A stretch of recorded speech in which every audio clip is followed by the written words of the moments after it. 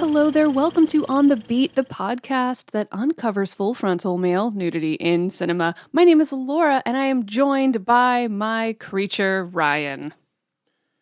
Arg, I'm angry at the injustice of my being. You should. Yes, I was. Well, I was born, I was created from the parts of several deceased individuals. This makes you perfect to talk about this episode, which I'm a freak.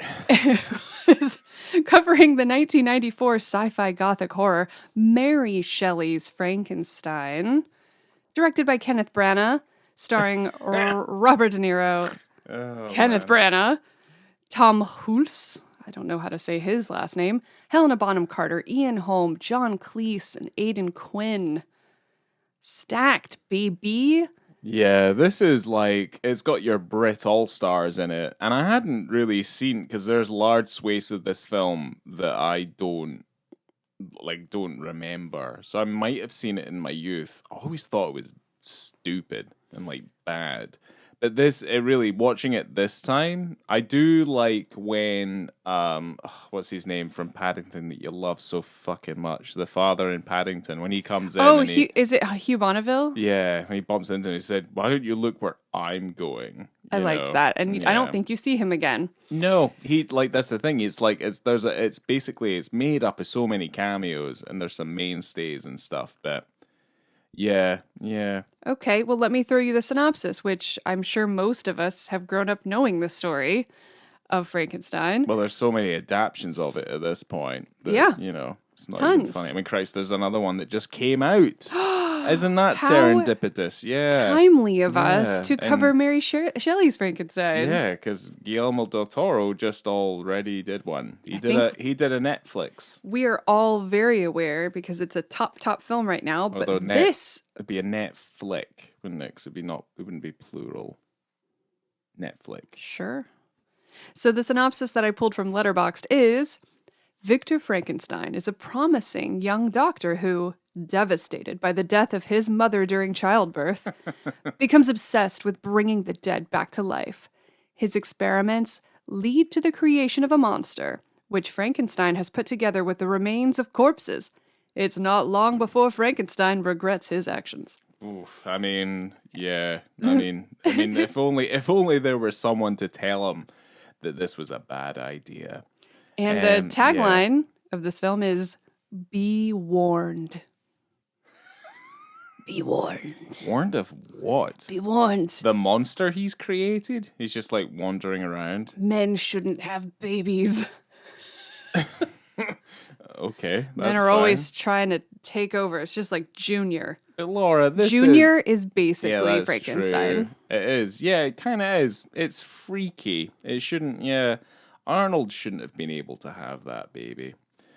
But yeah. It's a tale well told. I would even say a tale well worn at this point. A tale as old as 1818. Yeah. Why don't you tell us about? Is he knighted? Is he a Sir Kenneth Branagh? Oh, well, of course he accepted the knighthood, Laura. Why not? Yeah, so Sir Kenneth Charles Branagh. And we're saying it right because it says here phonetically that it's Bran, as in Bran dash A. So it's Branagh.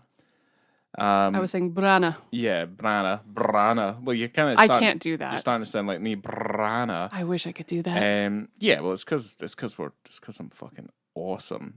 So he's a British actor and filmmaker. You've seen him in all sorts of stuff. I don't even need to bring that out.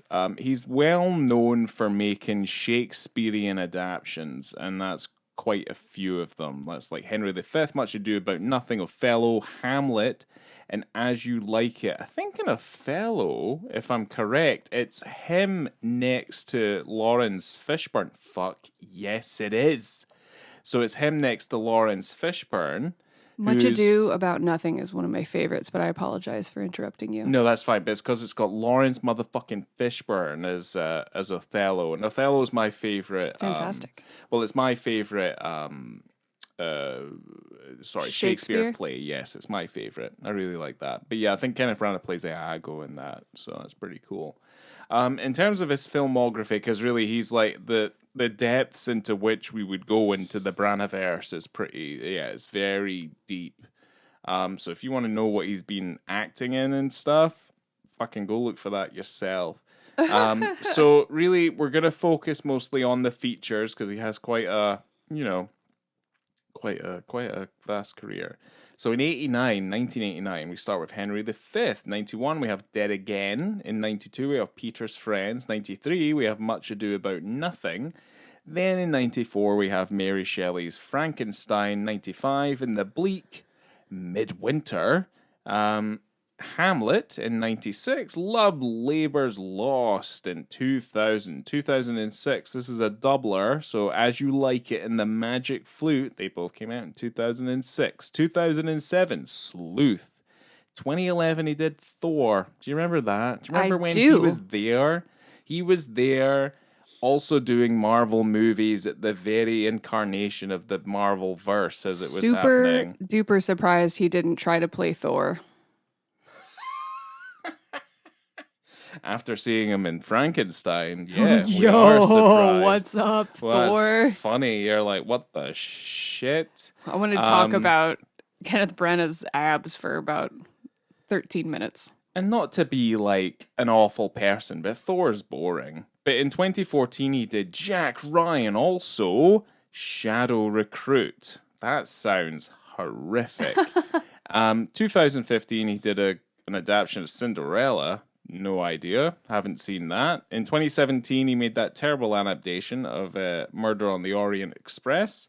It's not very good, in my opinion. 2018, All Is True. 2020, Artemis Fowl for Disney Plus. And 2021, he did Belfast, and I still haven't watched it, but it seems to be like a love letter to his homeland, basically. I'd be very interested to watch that eventually. 2022, Death on the Nile. 2023, he did A Haunting in Venice. And he's got another film coming out called The Last Disturbance of Madeline Hind. I saw that Cinderella in the theater. It has Richard Madden in it from Game of Thrones and Lily James. Oh, I thought you were going to say like John Madden, like the NFL guy, but he's dead What now. a Prince Charming that would have been. Fucking awesome. Like, that guy fucking loved football. He really did. So incredible. Yeah. This is quite obviously, if you haven't guessed yet, an adaptation of Mary Shelley's 1818 novel Frankenstein or The Modern Prometheus. I hope so. Oh, The Modern Prometheus? That's the title. Yeah, it is. You're right. I have never read this novel. Did you read it as a youngster or a young adult? No, because it falls under the umbrella. I will say, like, I'm not particularly well read. Like, there's a lot of things out there that I probably should have read, like, over the course of my lifetime. I had very selective reading habits. I mean, I'm with you there. I haven't read it either, but I would maybe. But it's one of those that have been so in like the zeitgeist or in culture embedded, so you're like, I know the story. I mean, that's why I keep on saying the things like well worn, because like how many more adaptions can we get of the Frankenstein story? You know what I mean? Well, that's the thing. But then, like, really, what does it come down to? Like, the interpretation of the material has been, I don't know, like, almost close to like 100 films deep. There's over 60 film adaptations of this story. Right. So, really, like... Of straight, from book to screen, and then you have stuff like Frankenweenie, and you have like Frankenstein. Silly. And so, like, the idea of, like, reanimating a corpse and it comes back to life, like, it's a very traditional thing. So for me, like, personally, it comes down a lot to the style. So if you say have a stylistic director like Guillermo del Toro, for example, I'd be quite interested in a Frankenstein from him, knowing from what his past work is. And then obviously Universal has its own version of what Frankenstein is, and then obviously the misinterpretation that the monster is called Frankenstein is just like proceeded obviously over the decades. But like to me, the things that are interesting about the story is in this instance is like how interesting is it visually to me. And the thing is I think this version of Frankenstein does a very good job of being very unique visually. Yes. It's kind of like to me personally, it's like looking at a stage play, like the way that it's staged. But then, and I watched a video recently about how we perceive modern films now, and like it doesn't feel as tangible as it did before, where you're basically sticking a bunch of actors in a very real setting, and you look at that and you're like, oh my God, I can believe that I'm there. It's like Lord of the Rings, basically. Lord of the Rings did more for tourism for New Zealand than any advertisement for New Zealand could have done. And it's all because it's set there and it's very tangible. And then you look at films, say, like the remake of The Jungle Book, which is more or less, it's just a bunch of folk going up against the green screen and everything looks very fake and designed. And you're just like, there's a lack of tangibility. And so for me, at least, this kind of stakes up the hallmark. I mean, there's a beautiful, because it's very vivid. It's very, it's very highly saturated. The primary colors are very much primary, and it's like red, blues, and greens. Very good. And there's a scene where they're running on these meadows, and you can see the Swiss Alps in the background, and it looks phenomenal.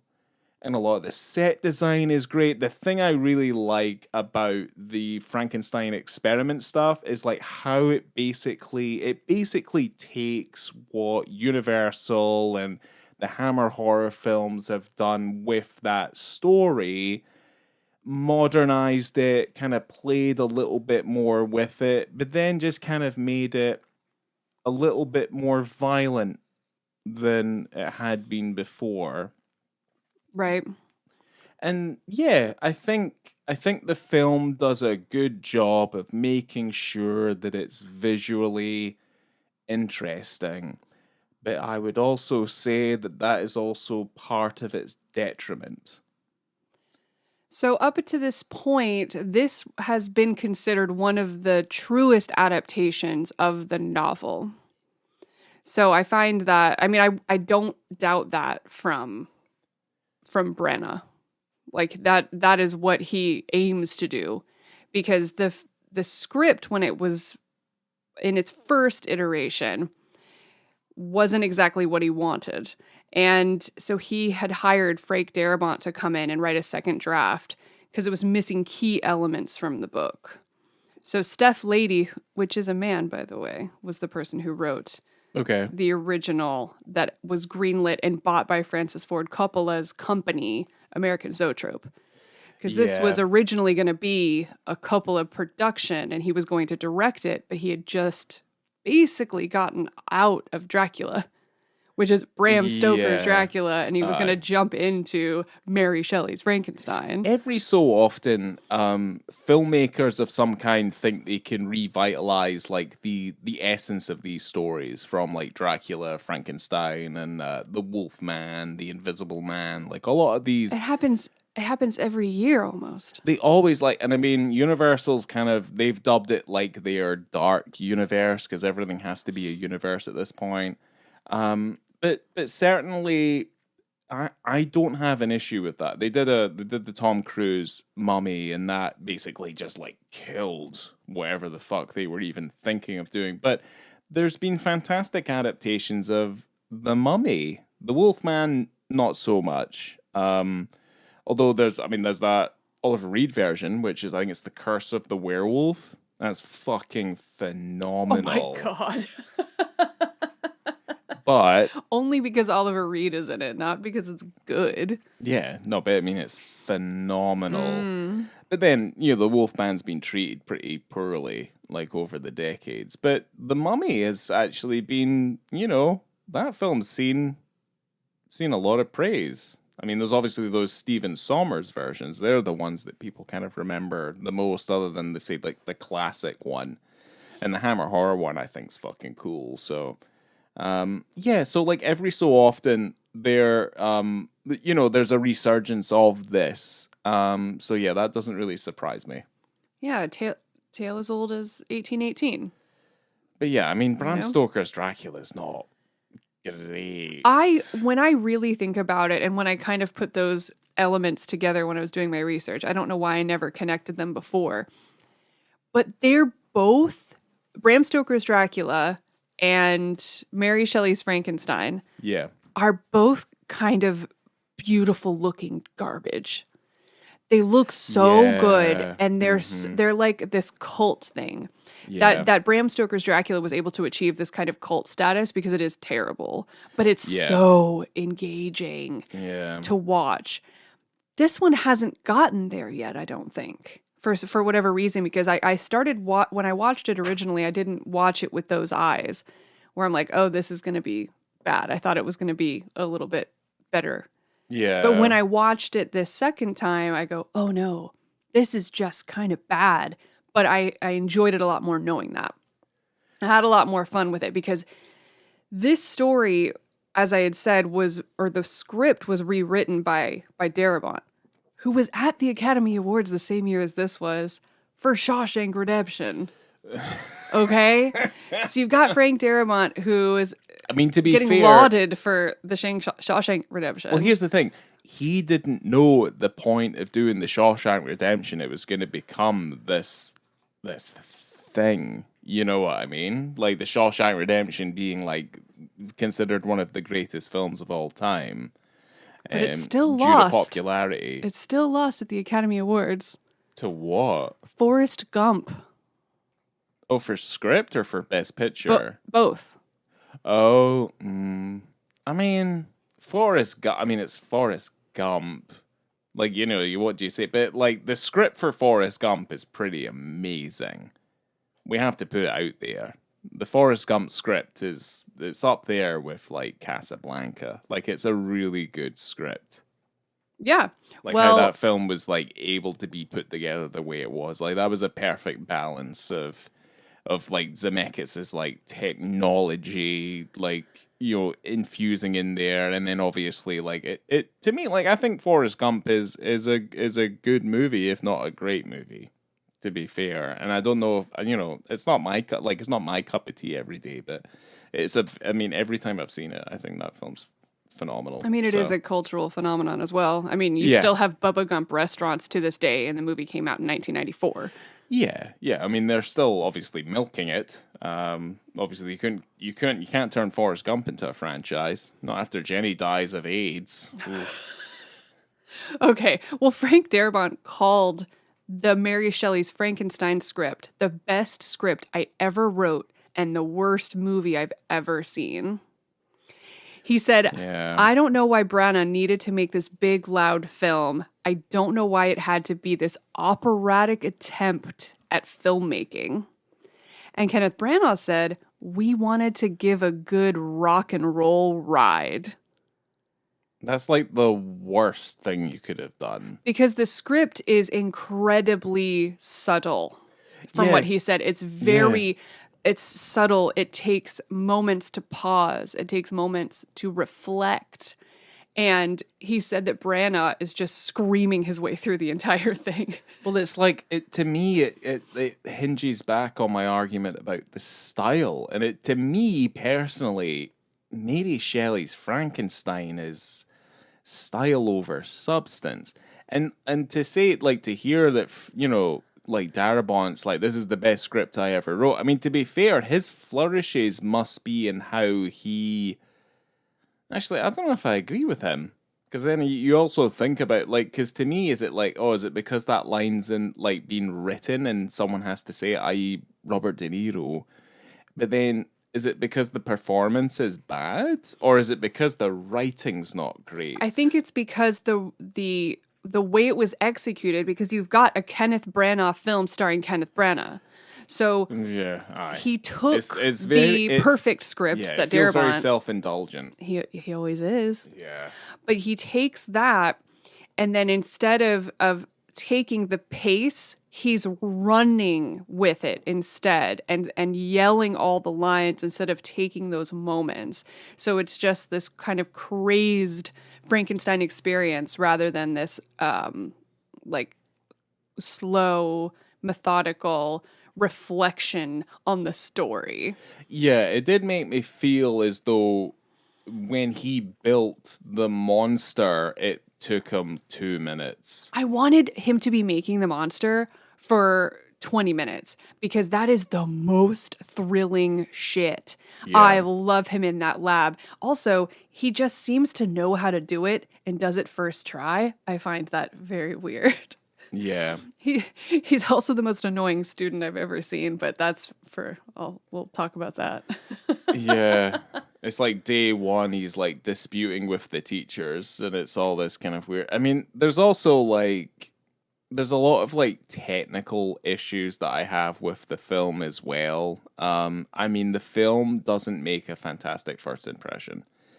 And that's when you see the opening scene with the crew that are on the ship going to the North Pole, and the ADR, but not only just the ADR, the fucking mix. It's horrific. You have people saying lines and their mouths aren't moving at all. But that's not even like that. Like, that's not the main issue. I mean, that's a problem, but that's not the main issue. Is that just like, have the sounds of the ocean be louder than the people who are talking? You have to ADR it, but you have to make it fucking realistic at least.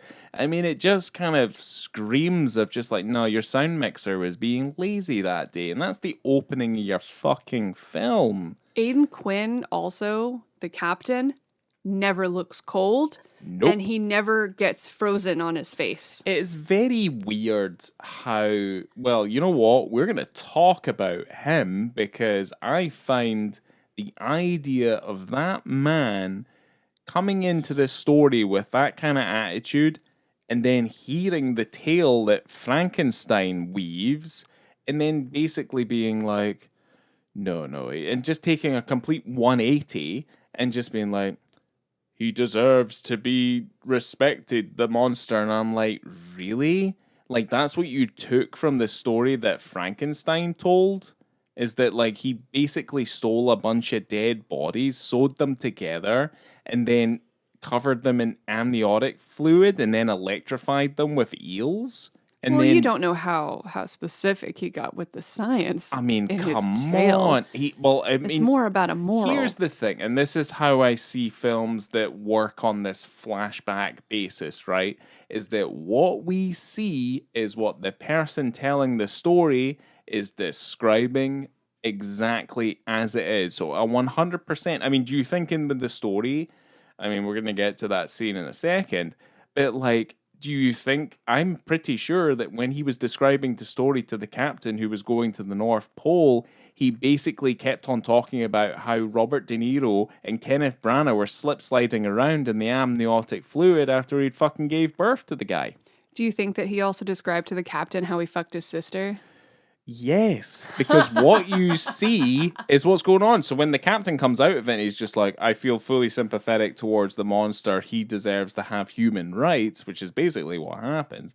And it's just like, oh, okay. And I mean, to me personally, he'd be like, well, yeah, I'm kind of glad Frankenstein's dead because not only was like he really into incest, because that seems to be obviously what he was into, he also took dead bodies, sewed them together, and then covered them in the amniotic fluid, and then electrified them to life with electric eels. He fully committed a crime, if not several different crimes, in order to make this happen. Well, that's obvious. My biggest issue with the beginning of the film is that there's a little too much dog murder right at the top, and that upset me. It's also not very good. Like, it looks bad. It looks like a guy who's being thrown at him stuffed dog toys, and he is punching them, and then they hit the ground. Like, it looks bad. Like, Yeah, it but looks really, really It bad. can look bad, but when you have the sound effects of dogs being hurt, it makes me sad. It doesn't matter that they look fake. Yeah, that's fine. When you get a dog going, "Arr!" I get upset. You know? Well, it's just not. Hurts me. Yeah, I know what hurts you, and it hurts me too. But it looks fake as fuck. Like, it looks bad. Like, I'm just in it for the good. movie magic. I'm just here to get into the tale. And he killed a lot of dogs. He did. I know. We just, yeah. I mean, I bet those dogs would have just ran away. Those dogs aren't going to attack that guy. No, at least like they're not going to continue attacking them after two of their friends die. That's usually how dogs aren't dumb. But yeah, that's the thing. Like, the film is. The thing is, the film to me, like, overall, it feels like a bad play. You got to save this for the end. You got to save it for the end. What I would rather talk about... Half naked Ian Holm? Yes.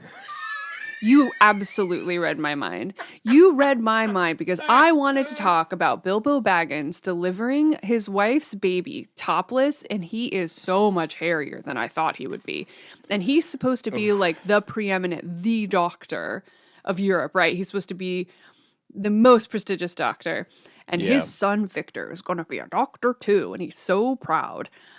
And he delivers this baby.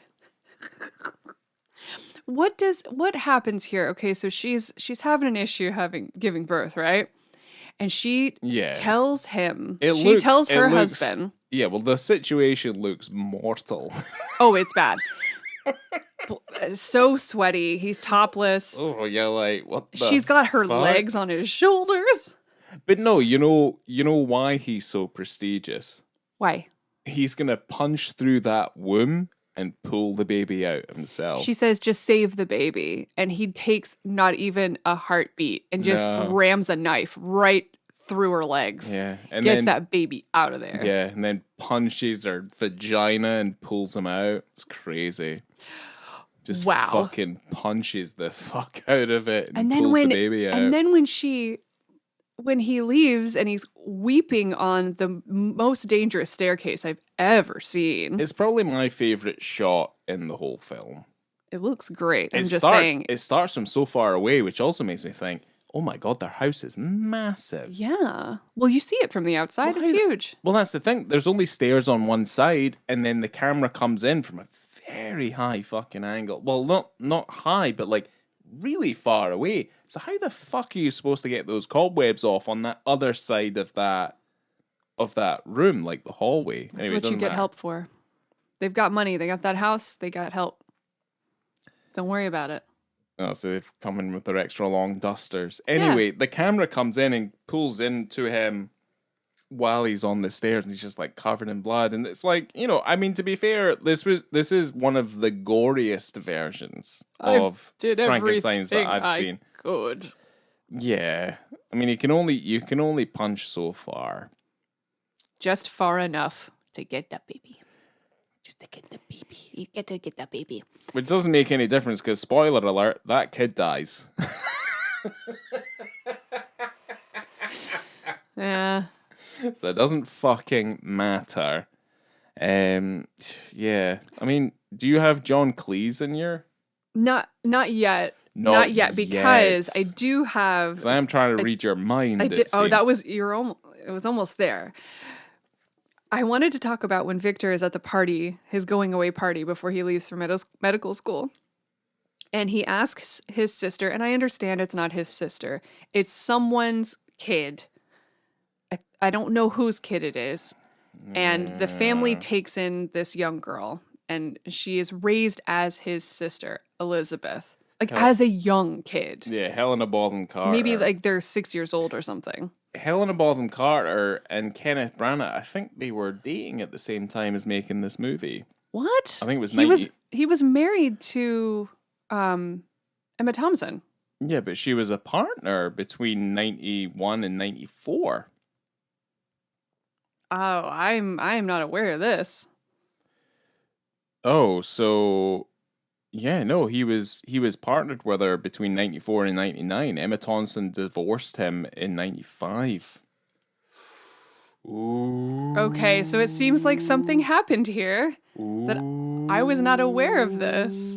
Did it happen on set? And Is that maybe what it she's did. saying? Well, because he worked with Emma Thompson for several movies before this happened. Somebody's been a bad boy, it looks like. I don't know. Good for you, mate. But yeah, No, I don't you're know. absolutely right. He had an affair with her. Oh. Oh Yeah. no. Okay, we're gonna keep talking, and I'm gonna get more information about Yeah, this. that's pretty fucked up. This is That's bad. not good. It's That's like not he good. keeps working with Emma Thompson so he won't cheat on her, and then the one time they're not married in a film, he just goes off. Terrible. That's not fair. Poor Emma Thompson. That's like what happens to her in Love Actually. Quote, Emma Thompson, I had my heart very badly broken by Kenneth Branagh. Yep. Piece of shit. Come on, Ken. Also, Kenneth Branagh is like really good friends with Woody Allen, so, you know. Well, hold on. Poo-poo. Hold on. Ken, who's the real monster now? He always was. Yeah. He always was. That's the key to the story. Yeah. Well, you said, well, hold on. Yeah. Well, no, he's like, in this movie, Frankenstein's like the poor man's Woody Allen. He just didn't go that far to like fully adopting someone and calling them their child before trying to marry them. Yeah, instead he just marries his own sister. Yeah. He Stepsister. He asked in Everyone's porn fantasy. Is that supposedly that happens with every stepsister. Is it step? I think she's just adopted. She is adopted, but she becomes a stepsister regardless, I think. Don't she? No. Adopted sister. That's not how that works. Oh, so maybe that's why it's like morally ambiguous. Certainly in well, he's Swiss, isn't he? So the only thing to me that makes it morally rough is the fact that they just grew up together. So they were raised as siblings. If she had come in as an adopted sibling when he was maybe 15 or 14, that's different.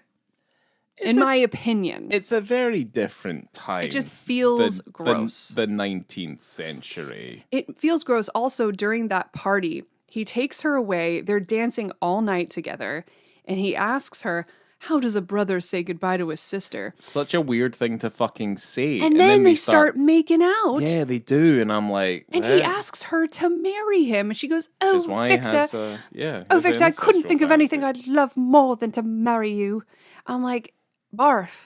Does anyone not know how morally ambiguous this is? Like, this is... so gross. It's like, stop trying to find reasons why this is... And the thing is, the father's still alive. Ian Holm's still alive by the time they get married. He loves it, too. And he doesn't protest. Loves it. What the fuck is going on in Switzerland, guys? In the original 1818 version, Elizabeth is Victor Frankenstein's cousin from an Italian bourgeois family in Milan. Why the fuck did that not happen? Still a cousin.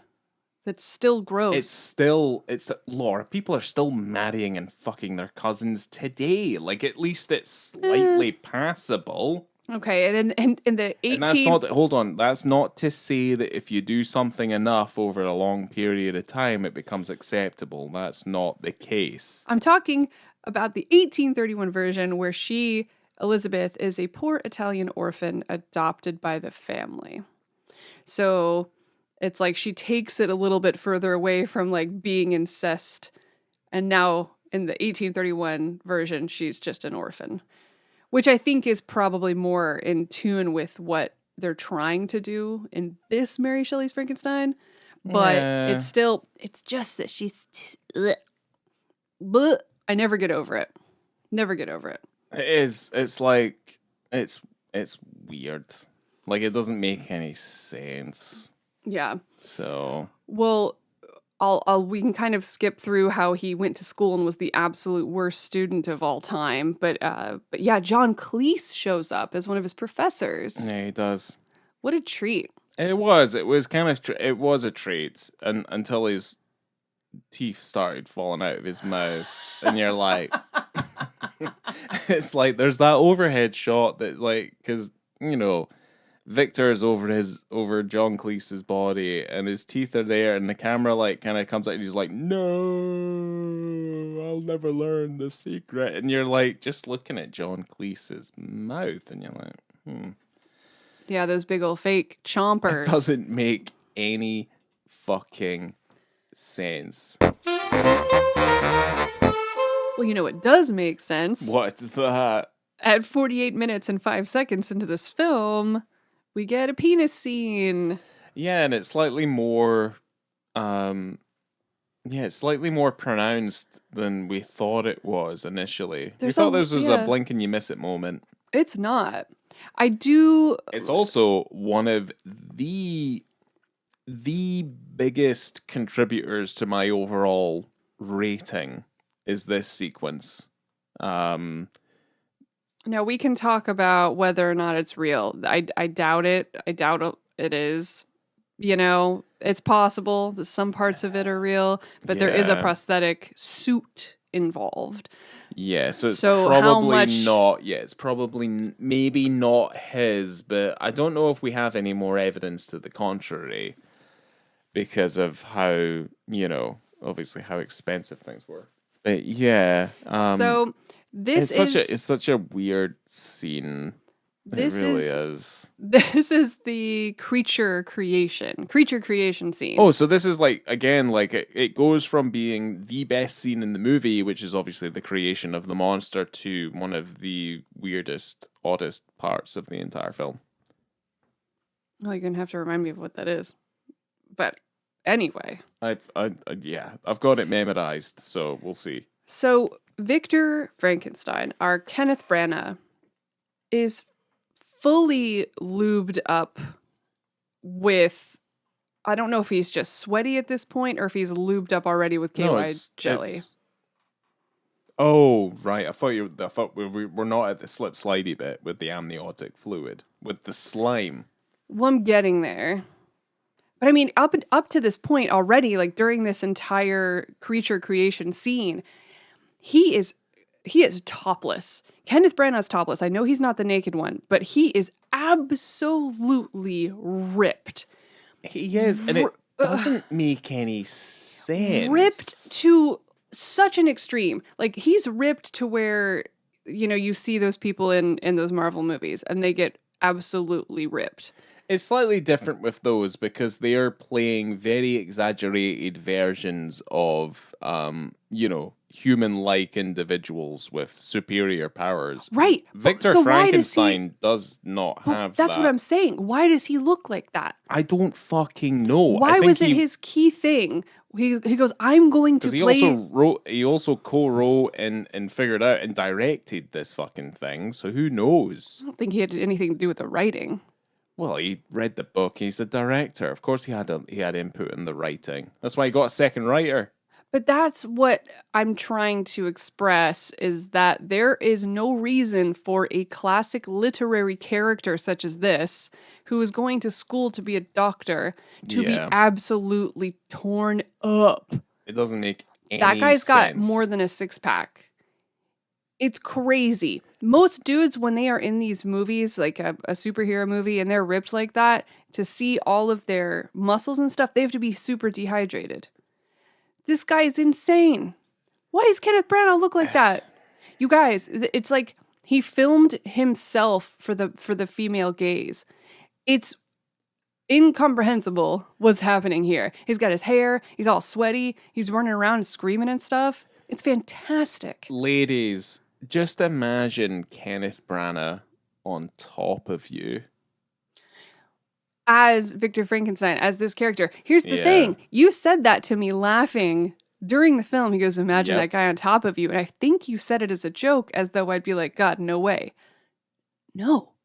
I sat there for a while thinking about it. And you probably didn't want me to. But I thought it was going to be pretty good. I mean, to be fair, it's not really left my mind. And I wasn't even that physically interested in it. Yeah, I was Ryan, imagine it. Well, I was beguiled.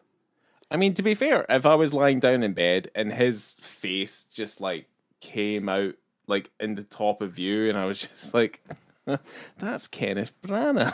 Because normally you wouldn't think, ooh, wow, Kenneth Branagh is so hot. But Yeah. Why are you doing this to me, Kenneth? yeah, don't stop. But we're missing the most important part of this scene, which is the slippy slide in the goop, which is like the reveal, and it's like it's like a game on Live and Kicking or fucking Funhouse or what you're more used to, which is like Nickelodeon Kids or whatever that shit is with the goop.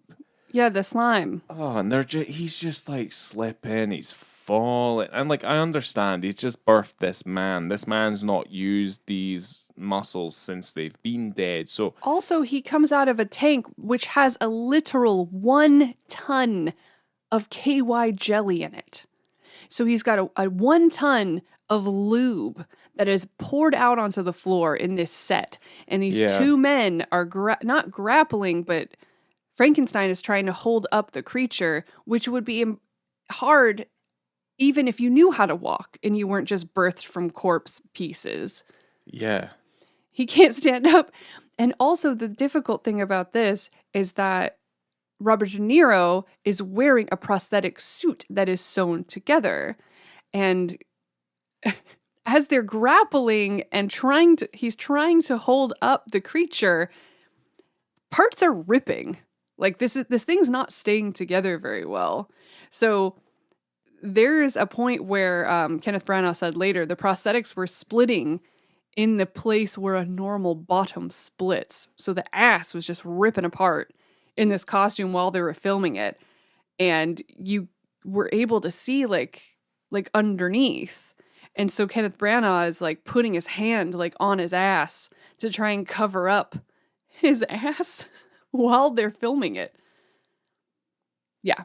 So everything started to fall apart. So whoever's working on the props and stuff, John Cleese's teeth, this prosthetic suit, it's a lot of trouble. It's fucking awful looking. And it goes on for so long. And it like every time like the monster falls over, it either cuts or it fucking crossfades. And it's like it goes on, and this is like my main issue with the movie in general, is it cuts to the same thing too many fucking times. I mean, it also makes me think as well, you're like, oh, there's a 1 ton of KY jelly, and it's like, well, of course it would be difficult for them, you know, to do what they're doing in this, you know, in this vat of KY jelly. My question is, why the fuck are we seeing them do it at all? It's one of the worst fucking things that I've ever seen. This is maybe one of the worst dick scenes purely on the basis that it's probably one of the most idiotic fucking things you need to include in a film. It doesn't make any sense whatsoever. You can quite easily say and describe and show the exact same thing without it looking like a fucking game show on Funhouse. It makes no sense to me. I'm countering this. I like it. I liked the boys getting wet, and I liked them sliding around on each other. It's not good. Don't care. I know that it's not good. Because you can tell it looks like a fucking paddling pool they're in. Well, during this whole KY slippy and why would there be scene, a fucking paddling pool there at all? It doesn't make any fucking sense. His bits are popping out hither and thither like the entire time. And that's obviously it. Let's cross it back to here. Yeah, that means because they're slipping and sliding all over the place, and they cut around it because they do. You get to see a lot of what could be real, maybe not real. Either way, it's a depiction of a penis popping around. I mean, he also gets hoisted up in chains, and he's just hanging there with his dick out as well. There's a lot going on, and this is like, because I think, the one thing that I will say is that, like, there's this scene, but I mean, we haven't really spoken about it, is De Niro's performance as the monster is pretty captivating. And the thing is like, you do measure up, like, oh, well, is it captivating because, oh my God, he's like doing the best with this terrible fucking material? Or is it just like, oh my God, like that's really bad? And his performance is like this weird kind of like imbalance where it's like, oh my God, he's performing this line that should never have been performed that way, to these like monologues where you're just like, fucking hell, like you're staring into like his two eyes and figuring him out. Like it's very interesting, like what De Niro does with this, with what he has on offer. But well, he studied stroke patients to learn how to make it look as though he was learning how to speak for the first time. Right. So that's how he starts speaking. He also had one big shoe and one little shoe to kind of depict him having two different legs. So he would walk around a little funny. Yeah, you know what? That's actually not a bad idea. Because like that shuffle that he does is yeah. I like the fact that he has an explanation for why he would be shuffling like that. Apparently it took a long time for them to figure it out. There was a point where they had tried on what if he wore one shoe and one roller skate. And like two different big shoes and like and it was all really, really difficult. I like the idea of him just in one shot, just like gliding. Yeah. At some point, and you're just like, okay, cool. It looks like it's like that one shot in modern Spike Lee movies. Yeah, I don't know. I thought it was cool. I love any time that he's creating a creature, because you know it also happens. You get a bride in this movie at the end, but I really did think that the machine and that whole room where he creates the creature looks like it was constructed out of material he grabbed from a shared dumpster behind a Pier 1 Imports and a Home Depot.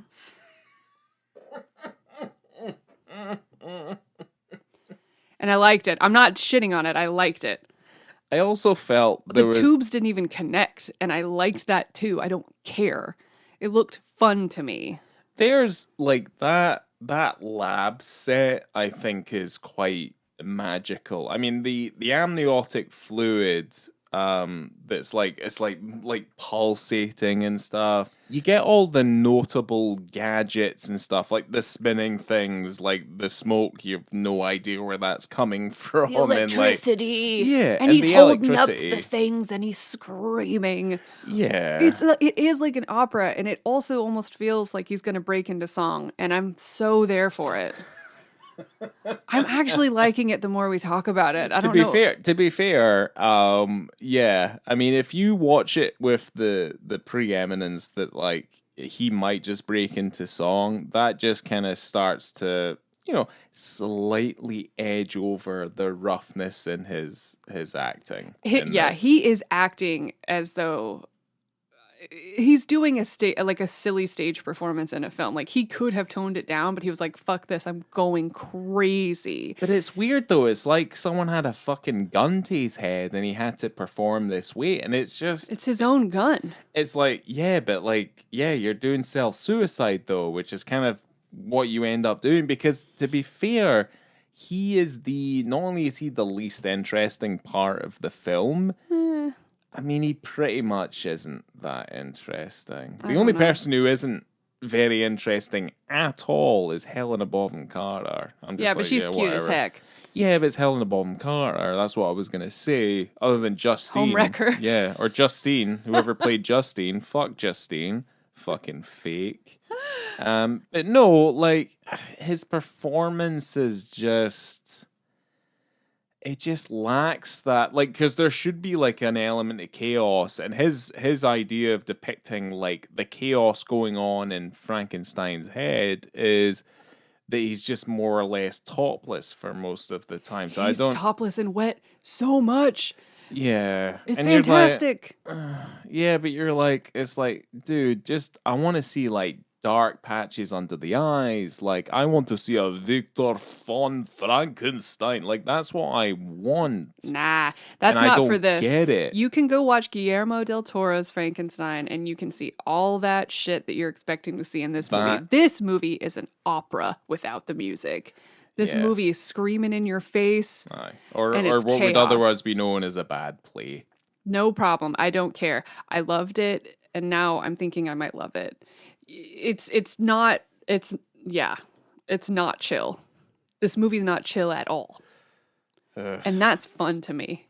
It's really fun. Well, let's just get into these ratings. Okay. I'm gonna go. I might change this. I'm gonna go for.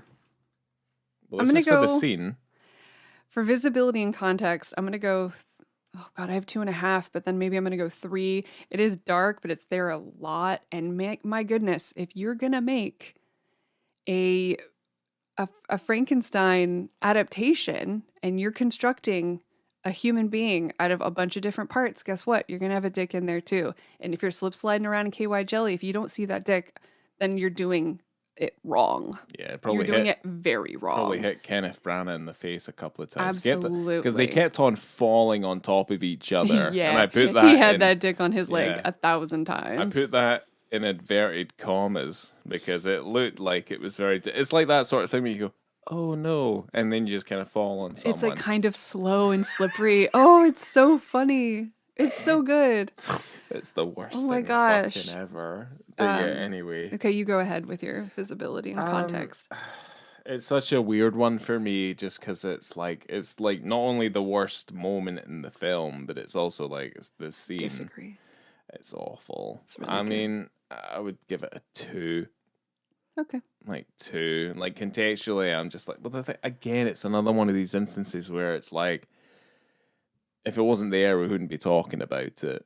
And it's like the primary moment. It's it's awful. It's like it's the worst part of the film. Like to me at least, it's just so fucking redundant. Because the thing is, like when they string him up, you see his dick. Then we would talk about it again. So this is maybe in a different league. Yeah, maybe give it 1.5 because I just like the scene so much. Wow. Okay. Yeah, has 0 Harvey Keitels. It is not. This is not the moment. So yeah, 0 out of 5 Harvey Keitels. Because that's the thing. Like I rate everything against Bad Lieutenant. Because that's my favorite. That's my 5-star moment. And it's like with this, I'm like, this could have been fantastic. And it's not. I'm like, just have a slow-mo shot in the mid of him like hoisting his monster out of the KY, and he's like, then he wouldn't have had to have grabbed his ass and everything. Yeah, but the thing is like you could just like you'd show him like stumbling a bit because you're like, oh my god, he's holding him up, but he's starting to learn, because him learning to walk and stuff, it's not fucking interesting because he's going to learn it. That's the thing, he is going to learn it. So to me, it's like what is this moment meant to be? And to me, it looks like fucking garbage. Like you could do something with that moment because it just looks like 2 men fumbling around in a fucking paddling pool of KY jelly. That's all it looks like. Well, that's why I like it so much. For the film, for me, I gave it a 3. I'm gonna leave it there because I think that it can absolutely go up, especially after talking about it so much and talking about all that lube and talking about that lubed up Kenneth Branagh and that crispy prosthetic suit. Also, this movie is incredibly brutal from top to bottom, from beginning to end. When you're talking about murdering dogs, you're talking about childbirth that goes foul. You're talking about the birth. Yeah. I mean, he also brutalizes the creature childbirth with like stuff falling on his noggin and yeah, he fucks him up.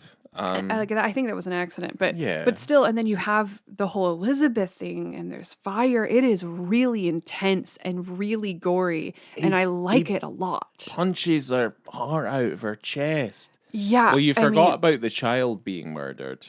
You didn't see that though. He does describe it, and it is rough. He does describe it, and you're like, wow. It's like he literally I gripped that child's neck until it broke. Yeah. And you're like, oh, there you go. Well, I mean, and when you're talking about it, maybe it's one of the best adaptations in terms of being faithful to the original source material, but I think that there could have been a lot more done if you'd cut out a little bit of that lube scene, which I don't want to, but you could have maybe grown this relationship between him and the creature a little bit more, or grown the relationship between him and Elizabeth more. Like there's a lot more that could have been explored that wasn't, and it spent a little bit more time on topless Frankenstein than it did on anything else. But even at that, I think it's really enjoyable, and it's like 2 hours long. It's not overly long, but I'm kind of really into it right now.